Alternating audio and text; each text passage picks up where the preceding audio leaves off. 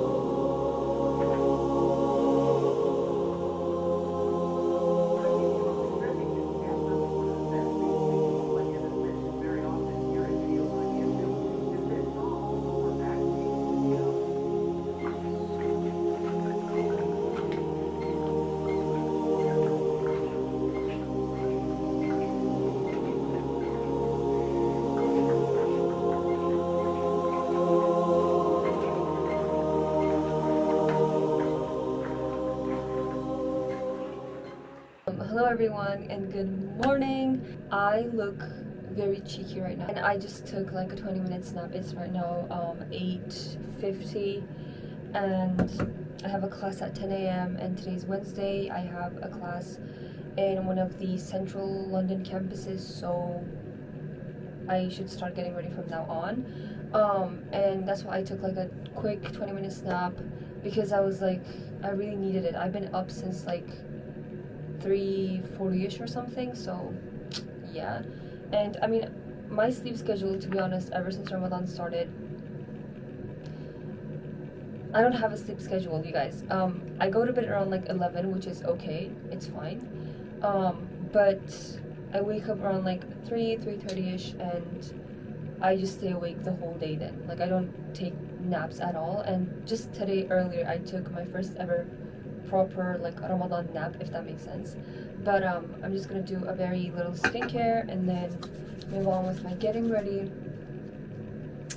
And before I took a nap, by the way, I started doing some like back pain, like lower back pain stretches, because I recently have been dealing with lower back pain. I've never dealt with any type of back pain, and to be honest, at first like I thought it was something really serious because I've been having it ever since December now, and like it low-key started when I was in Istanbul. I feel like it started there, and then after I came here the pain got intense.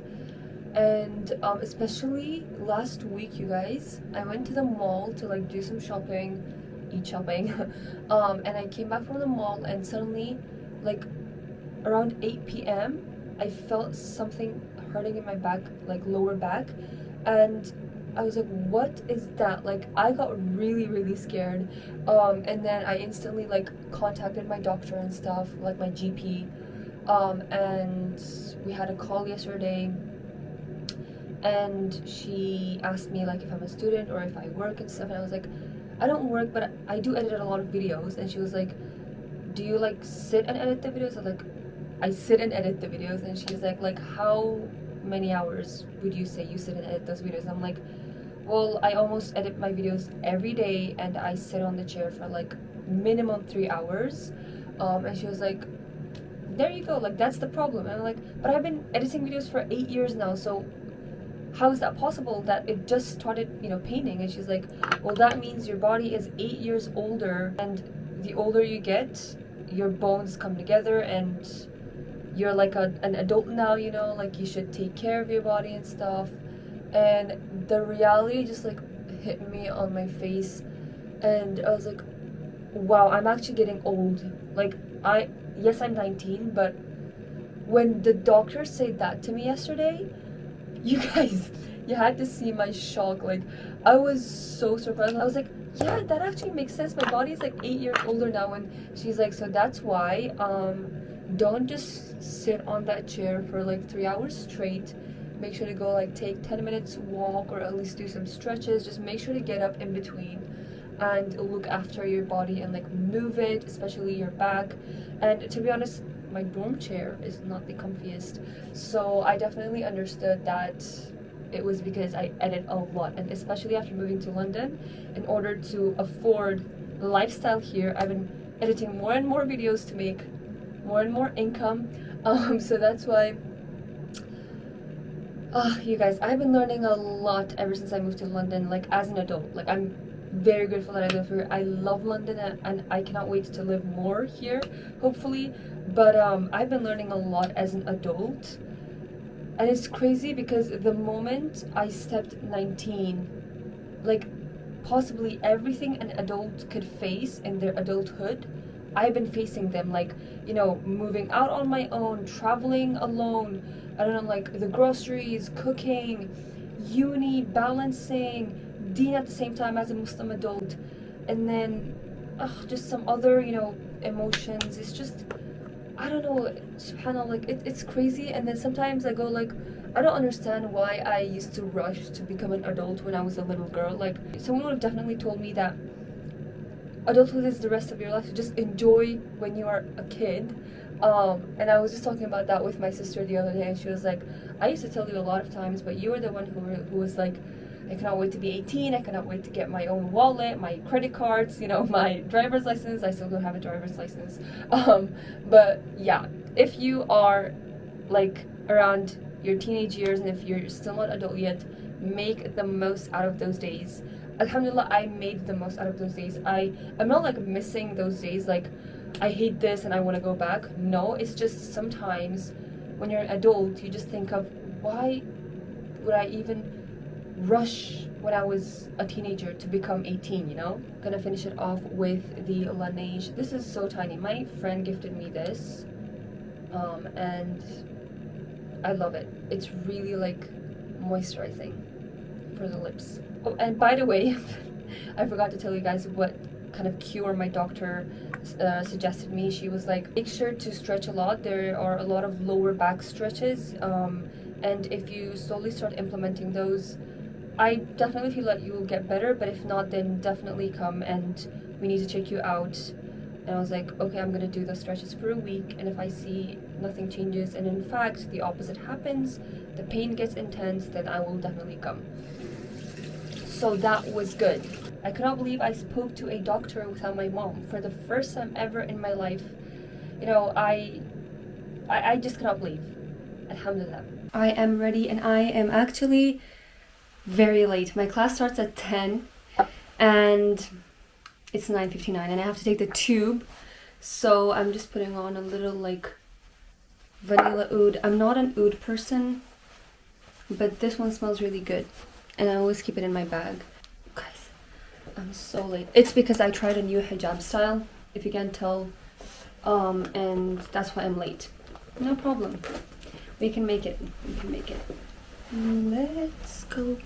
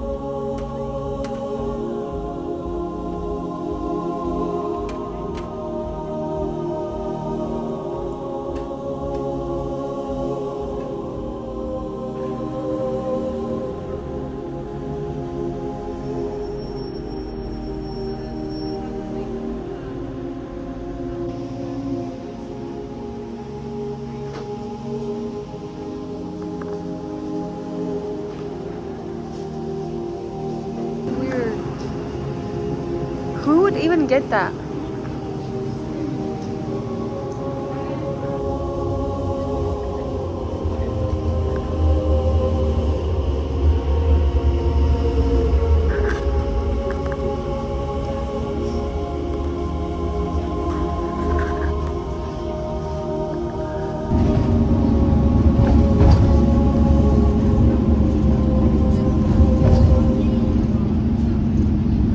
Guys, ignore my appearance. I just came back home and there's only an hour left for iftar. I quickly changed, removed my makeup, and prayed the asr, and then now I have to go and cook, start cooking for iftar. I want to make chicken pasta because I craved for it, and right now it's the quickest meal to make because there's actually less than an hour. There's like 57-ish minutes, so let's go and cook for iftar.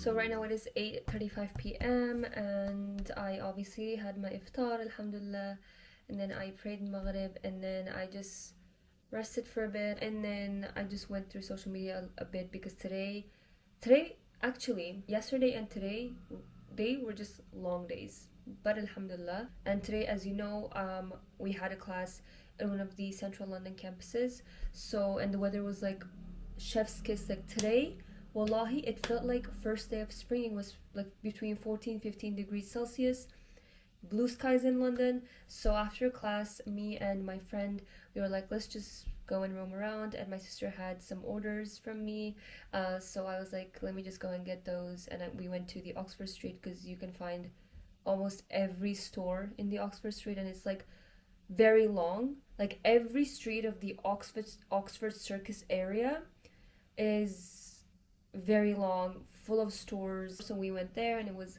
amazing. We did some shopping, and then there was this chocolate place called I have no idea how you pronounce it, I'm really sorry. So that's the chocolate place, and they sell Swiss chocolate, which is so good. So we entered, and my friend was like, have you tried the Dubai chocolate of this place? And I'm like, no, I've just like tried, you know, the fixed chocolate. And she was like, try this one as well. And she got me like, so the way this chocolate place makes Dubai chocolates is they have like a really huge trays, and they actually makes grams and grams, like trays and trays of Dubai chocolate.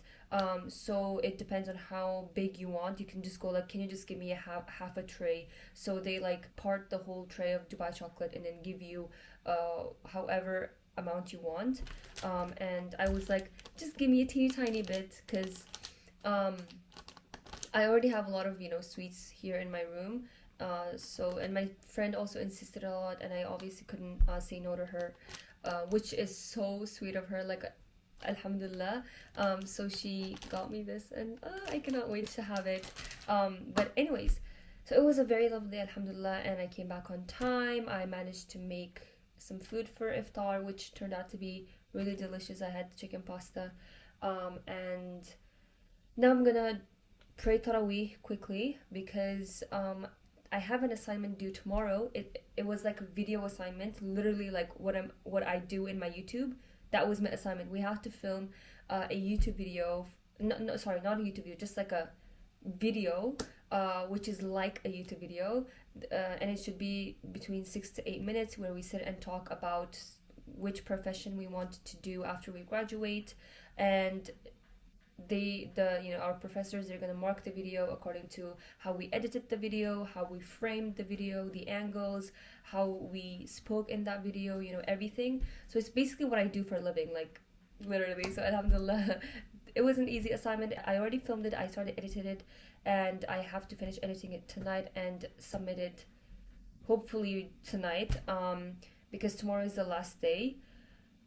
So I'll do that after Taraweeh, inshallah. I mean, after Taraweeh, I'm gonna have a little tea time. I'm gonna like eat this, not by hurrying, but by, you know, taking my time and knowing the taste with the tea, the green tea, and then I'm gonna move on with my assignment. Actually, I really want to sleep right now, you guys, but assignment is more important, obviously. And then we will sleep, inshallah. I cannot wait for this weekend. Anyways, yeah, I'm just yapping at this one. I should get up and pray Taraweeh, and then we're gonna see you guys. I'm so tired. By far, this is my Ramadan routine. I wake up around like 3:30ish, 4 a.m. and then tahajjud, you know, suhoor, fajr, morning adhkar, daily Quran recitation. If I have a class that morning, I get ready, go to the class, and after class I come back, do my prayers again, and then edit video, write emails, or if I'm planning to cook something, you know, special for that iftar, I start cooking earlier than usual, and then it's iftar and just like that. And on the days where I don't have my uni classes, I go back to sleep after I pray Fajr and do my, you know, morning Quran recitation. I go back to sleep until like 10 to 11 a.m. And then I wake up and just do work until it's time to start preparing for Iftar. So yeah, very productive, alhamdulillah. Like my days ever since Ramadan has has been very productive, but it is tiring. It is tiring, and regardless, alhamdulillah.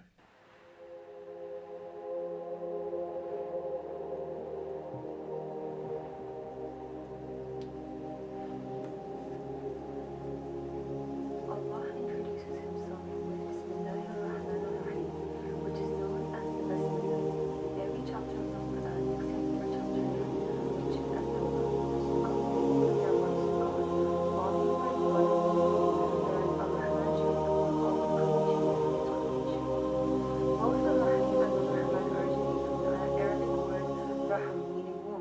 Alright guys, it is now 12:07 p.m. a.m. And my brain is not functioning well right now. I feel like my brain is like half asleep. I'm exhausted. I've been working on my assignments since like 11 p.m. so like for an hour now. I'm like 60% done with it. So inshallah tomorrow after Sahur and Fajr I will keep on doing that, and then hopefully before my 10 a.m. class I will submit it and then leave for my class inshallah. But thank you guys so much for coming along with me today. Overall, this is my Ramadan routine. It looks like I will stick on to this routine for the rest of Ramadan 2025 inshallah. May Allah accept all your fasts and du'as and worshippings that you're doing this month. May we all increase in knowledge and strengthen our faith and get closer to Allah. Ameen. May all the habits we will gain, the good ones that we will gain in this Ramadan, will stay with us until our last breath, and all the bad ones will leave us in this Ramadan. Ameen. I'll see you guys inshallah in the next one. Stay safe. May Allah protect you, and let's go to the tafakkur session. أعوذ بالله من الشيطان الرجيم بسم الله الرحمن الرحيم الحمد لله الذي هدانا لهذا وما كنا لنهتدي لولا أن هدانا الله والصلاة والسلام على سيدنا ونبينا محمد وعلى آله وصحبه أجمعين أما بعد Assalamu Alaikum wa rahmatullahi wa barakatuh. Welcome to another tafakkur session and another episode of the Ramadan special series, getting to know more about some important and valuable Islamic figures and personalities. So my last video was about 5 habits to implement in this Ramadan in order to spend it productively, inshallah. And the reason why I did not include a tafakkur session in that video is because the whole video was sponsored by the Quran Majid app, which I am very grateful for. It was an honor to work with them. And that's why that was one of the rules, to just make the whole video dedicated on the Quran Majid app. But I'm moving on with my Ramadan special tafakkur sessions, and today we will be learning about another very famous Islamic scholar. And personally, I was really curious about his life, and he was definitely in my list and the first ones to come in my mind while I was planning out this tafakkur session for Ramadan. And also, before moving on, I want to ask, how is your Ramadan going on? I know most of my viewers are Muslims studying university, high school, middle school, doesn't matter, and I know that they are fasting as well. So I would love to know how your Ramadan is going on. May Allah make it easy for us, accept our fasts and worshippings and du'as. But it's crazy to think that last year in Ramadan I used to make dua about exactly these days, and this year in Ramadan I'm living those du'as. So alhamdulillah, never lose hope in Allah. Whatever dua you make this Ramadan might be accepted until the next one. Who knows other than Allah? So make your du'as with full hope and certainty that Allah will accept them, and Allah will make your du'as the best for you, inshallah.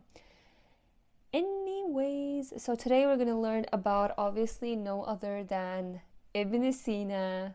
May Allah be pleased with him. He's not only popular among us Muslims but also among the almost entire people. He's basically known by majority of the world, and I believe his sort of like Latin or Western name is called Avicenna. Today we're gonna learn about him. I'm actually still like learning about him because there's a lot out there in the internet and the books about him. So yeah, let's just straightly move on to it. Ibn Sina, also known as Avicenna in the Latin world, was born in 980 current era in Afsana near Bukhara, which is present-day Uzbekistan. His full name was Abu Ali al-Hussein ibn Abdullah ibn Sina. His father was a government official under the Samanid dynasty, I hope I pronounced that right, a Persian empire that ruled parts of Iran and Central Asia. From an early age, Ibn Sina displayed exceptional intelligence. By the age of 10, he had memorized the Quran. His father recognized his potential, ensured he received education in various subjects including logic, mathematics, philosophy, astronomy, and medicine. Ibn Sina's thirst for knowledge was insatiable. By the time he was 16, he had already mastered medicine and began practicing as a physician. Subhanallah, he was 16 and he was already a pro in medicine. His deep understanding of medical science earned him a great reputation, and at the age of 18, he successfully, listen this part very well, he successfully treated the Samanid ruler Nuh ibn Mansur, who was suffering from an illness that other doctors had failed to cure, and he was only 18. Subhanallah. As a reward, he was given access to the royal library, which contained vast collections of Greek, Persian, and Indian knowledge. Subhanallah, you guys. The reward was the library, and he could access anything he wanted, like any kind of book he wanted in the library. It's crazy, like this part. If right now we as humans we achieve such a success like Ibn Sina did at our young age, as a reward we want like money or I don't know, like a new phone or maybe a car or something, but they rewarded him access to the royal library, and he was probably the happiest when he got that reward. Why? Because he was yearning for knowledge. He wanted to increase in knowledge. But us right now, I mean, if we do something really big and great right now, right, if we achieve something really great, in return we expect most of the time money, right? But they gave him the access to royal library, and he was probably the happiest, like subhanallah. His studies included the works of Aristotle, Plato, Hippocrates, Galen, and Pythagoras, among others. However, one book that deeply influenced him was Aristotle's Metaphysics, which he struggled to understand until he read a commentary on it by Al-Farabi, another great Muslim philosopher. Due to political instability in the Samanid Empire, Ibn Sina moved frequently throughout his life, serving as a physician, advisor, and administrator for various rulers. Some of the major cities he lived in include Gorgan, I hope that's correct, Ray, Hamadan, and Isfahan. In Hamadan, he served as a vizier, meaning chief minister, for a local ruler, but was later imprisoned due to political conflicts. After escaping, he found refuge in Isfahan, where he continued his research under the patronage of the Buyid dynasty. Despite his involvement in politics, his true passion remained in the fields of science, medicine, and philosophy. Now we're going to dig into his major teachings, and the first one being teaching in medicine, the canon of medicine, Al-Qanun fi al-Tib. One of Ibn Sina's most significant works was the Al-Qanun fi al-Tib, meaning canon of medicine, which became the standard medical textbook in both the Islamic world and Europe for centuries. This book systematically classified diseases and treatments, explained how diseases spread and emphasized hygiene, described the effects of various drugs and treatments, included theories on the circulatory system, pulse, and the function of organs. It was translated into Latin in the 12th century and remained an essential medical reference in European universities until the 17th century. Number 2. Philosophy. The Book of Healing, Kitab al-Shifa. Ibn Sina was deeply influenced by Aristotle and Neoplatonism, but also incorporated Islamic teachings into his philosophy. His Book of Healing, Kitab al-Shifa, is an encyclopedic work that discusses metaphysics. He argued that there must be a single necessary being, Allah, that is the cause of all existence, soul and mind. He distinguished between different types of souls and emphasized the importance of intellect, logic, and reasoning. He contributed to the field of logic, improving upon Aristotle's system. His ideas greatly influenced both Muslim philosophers like Al-Ghazali and Western scholars like Thomas Aquinas. I hope I pronounced that right. Third, psychology and the mind. Ibn Sina explored theories of perception, consciousness, and the soul. He proposed that the human mind is independent of the body and can exist even after death, an idea that had a significant impact on later theological and philosophical debates. Well, it's actually true, because there is life after death. Like after you die, in fact, the moment, like once you're in your grave, the moment people start leaving the graveyard, you will open your eyes again, but you're in the next world. You started living the next world already, and there's going to be munkar and nakir coming and asking you the questions: man rabbuka, man dinuka, man nabiyuka, man kitabuka. So I feel like when, like in his studies, in his psychology studies, when he said that the mind is independent from the body and can exist even after death, he definitely meant, well, I'm not going to say definitely, but I feel like he meant this, because I have not read his books, which I actually really want to now. But yeah, that's a little opinion of mine. Number 4, astronomy and physics. He challenged Ptolemaic astronomy and contributed to the early development of Newtonian motion concepts. He studied the properties of light, heat, and force, which influenced later scientists in the Islamic Golden Age. Number 5, ethics and spirituality. Ibn Sina believed that true happiness could only be achieved through knowledge, wisdom, and closeness to Allah subhanahu wa ta'ala. His ethical teachings emphasized moral self-discipline and controlling one's desires, the importance of knowledge in reaching spiritual enlightenment, the soul's purification through intellect and good actions. I love this.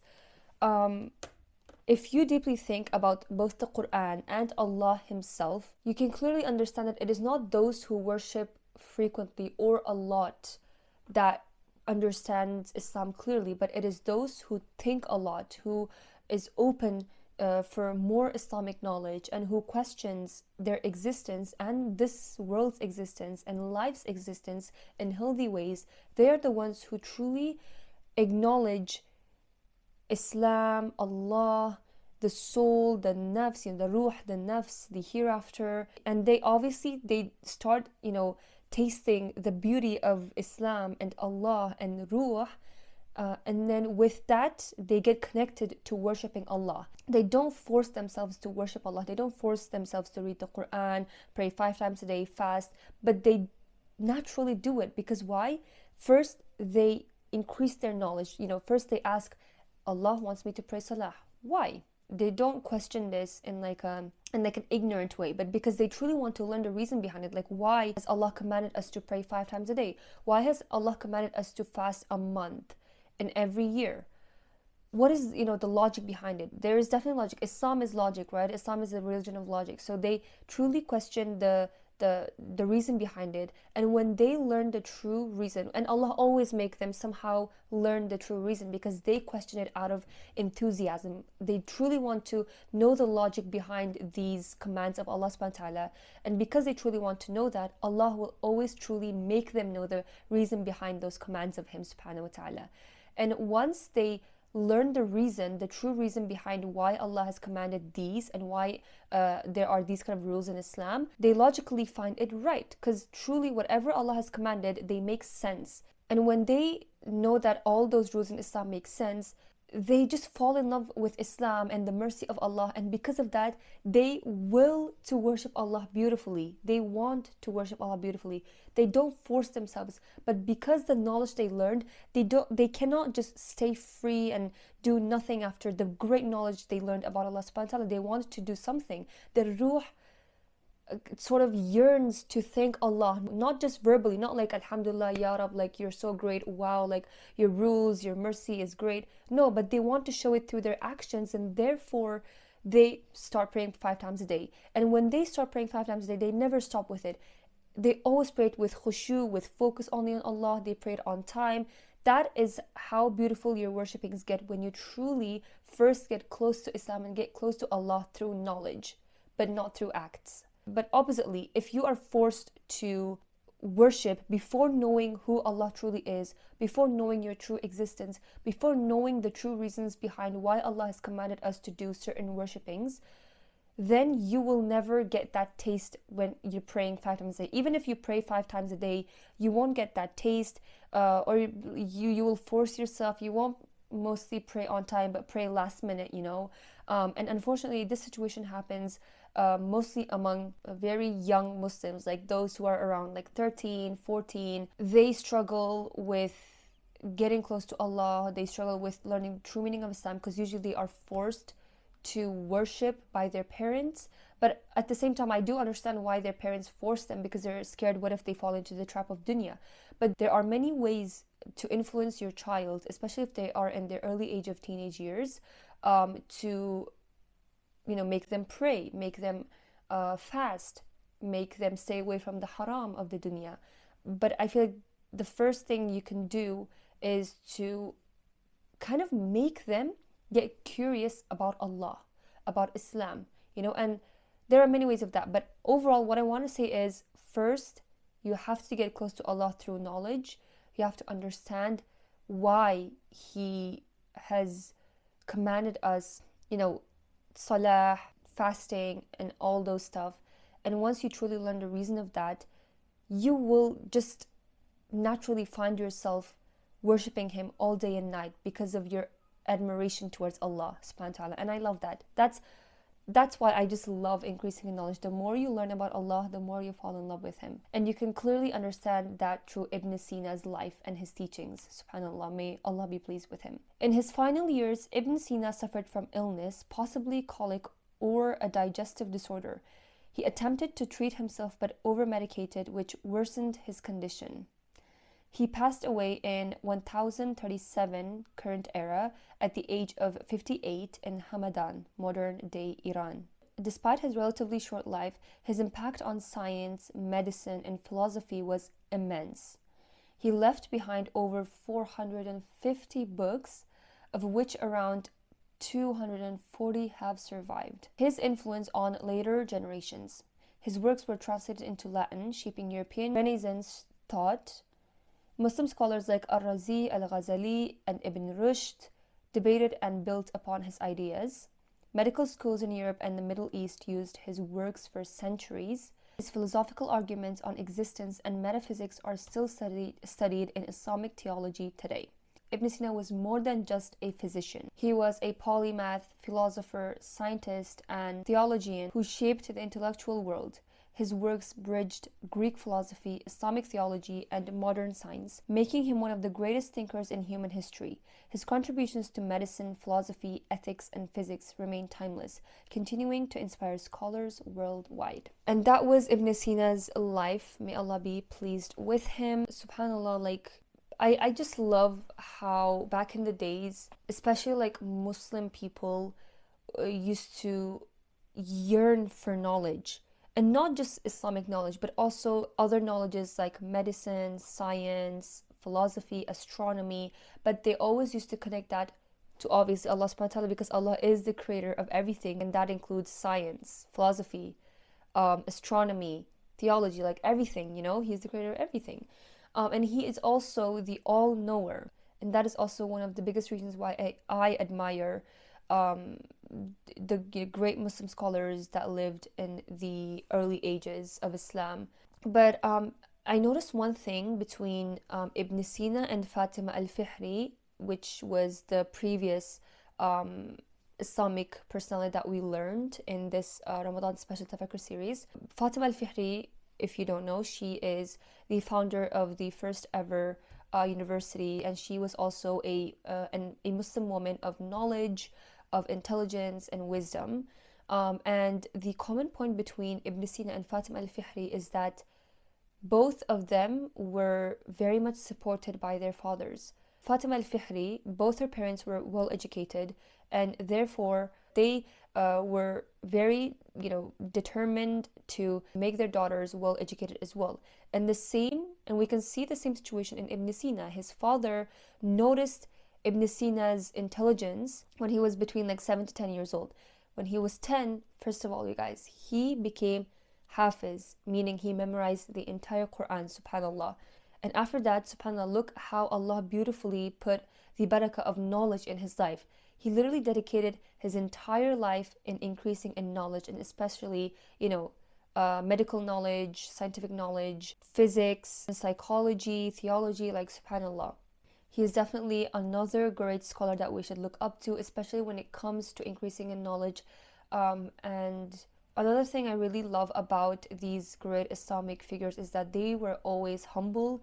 Why? Because they used to believe in Allah. I feel like these great Islamic figures, the more they learned about how great Allah and his creations are, the more they humbled, and the more they realized that they are weaker and weaker and weaker, and therefore they always remained humble. And the more they learned, the more their name was famous, but the more their names were famous and well known among people, the more they humbled themselves. Because that's one thing about those who contemplate, who do tafakkur. The more they learn about the greatness of Allah, the more they realize that they are weak and weaker and weaker and weaker and sinner and sinner and sinner, and subhanallah. But I hope this episode was beneficial as well. Thank you so much for listening and watching. I love you guys so much. Again, Ramadan Mubarak to all. See you in the next one, inshallah. Stay safe, stay blessed, and ma salama. Bye.